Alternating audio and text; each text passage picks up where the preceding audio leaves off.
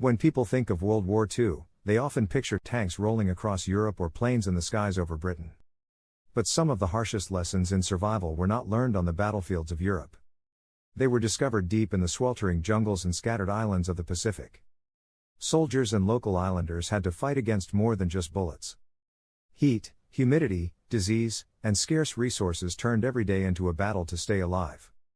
Out of that struggle came resourceful, often forgotten survival tricks that carried men through impossible conditions. And the best part is many of these methods can still be applied today, whether for outdoor expeditions, prepping, or simply appreciating the ingenuity of the past. Soldiers learned to find fresh water where none seemed available. In the Pacific, dehydration was as deadly as enemy fire.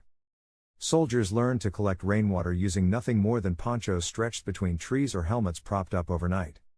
When rain was scarce, they dug shallow pits near the shore, where fresh water seeped up from beneath the sand, separated from seawater by natural layers.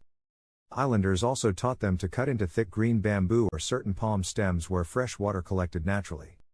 A single section of green bamboo could provide nearly a liter of clean water, a lifesaver in the heat. Coconuts were more than just food. The coconut was a complete survival package. The water inside young coconuts was sterile and safe to drink, even used at times in place of intravenous fluids for wounded soldiers. The white meat provided essential fats and calories, while the husk fibers became tinder for fire starting. Soldiers even sharpened the hard shells into spoons, cups, or makeshift scoops. Knowing how to use every part of a coconut turned it into a multi-tool of the tropics. For modern survivalists, it's a reminder to always look at a resource from every angle. One item can serve multiple roles if used wisely. Improvised shelters protected against relentless rain. The constant tropical downpours soaked gear and sapped morale. Soldiers often relied on simple lentos covered with palm fronds or banana leaves layered thick enough to shed water. Local islanders showed them how to angle shelters so that rain ran off rather than pooling. The large leaves acted like shingles, and when overlapped correctly, they could keep a small group dry through storms. The lesson was clear. Survival shelter in the tropics was not about building walls, but about managing water flow and staying off the wet ground. Fire was kept alive despite monsoon conditions. Starting a fire in a jungle soaked by rain seemed impossible, but the trick was to split wood and use the dry core hidden beneath wet bark. Shaving thin curls with knives or bayonets gave soldiers dry tinder. Dried coconut husks, when shredded, caught sparks quickly, even in damp air. Some carried small tins of charred cloth as emergency tinder. Fire meant more than warmth. It sterilized water, kept insects at bay, and lifted morale. For anyone practicing survival today, the principle holds: know which materials in your environment stay dry on the inside, even when the world outside is soaked. Natural insect repellents kept disease at bay. Mosquitoes carrying malaria and dengue were as dangerous as enemy patrols. To cope, men turned to natural repellents.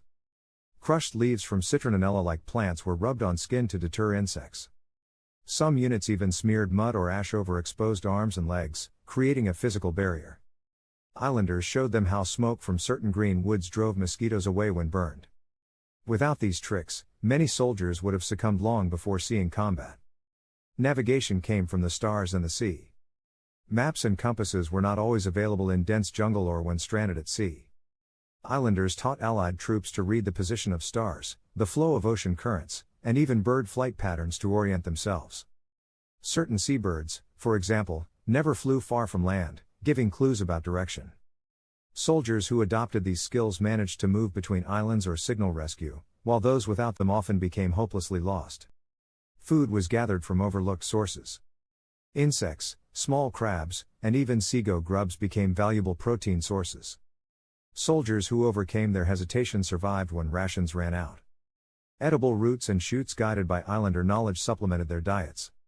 One well-documented practice was roasting taro roots wrapped in banana leaves, which provided both energy and hydration.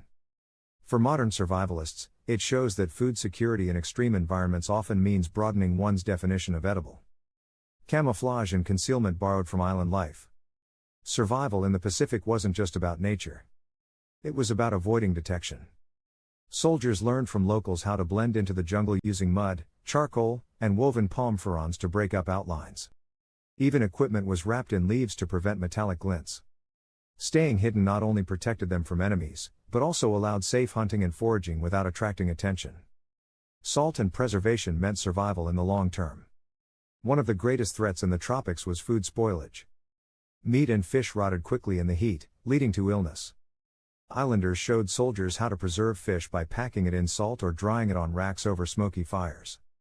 This allowed protein to last days instead of hours. For soldiers stranded or cut off from supply lines, mastering food preservation meant the difference between hunger and health. The Pacific War tested human endurance against one of the harshest environments on Earth. The men who survived did so not only through courage, but through resourcefulness, learning from both necessity and the wisdom of local island communities. These 9 forgotten survival tricks remind us that knowledge can mean the difference between life and death, even more than weapons or supplies. If you found these insights valuable, make sure to subscribe to In the Beginning for more deep dives into the untold sides of history. Share this with fellow history enthusiasts and survival-minded friends because the lessons of the past still have the power to guide us today.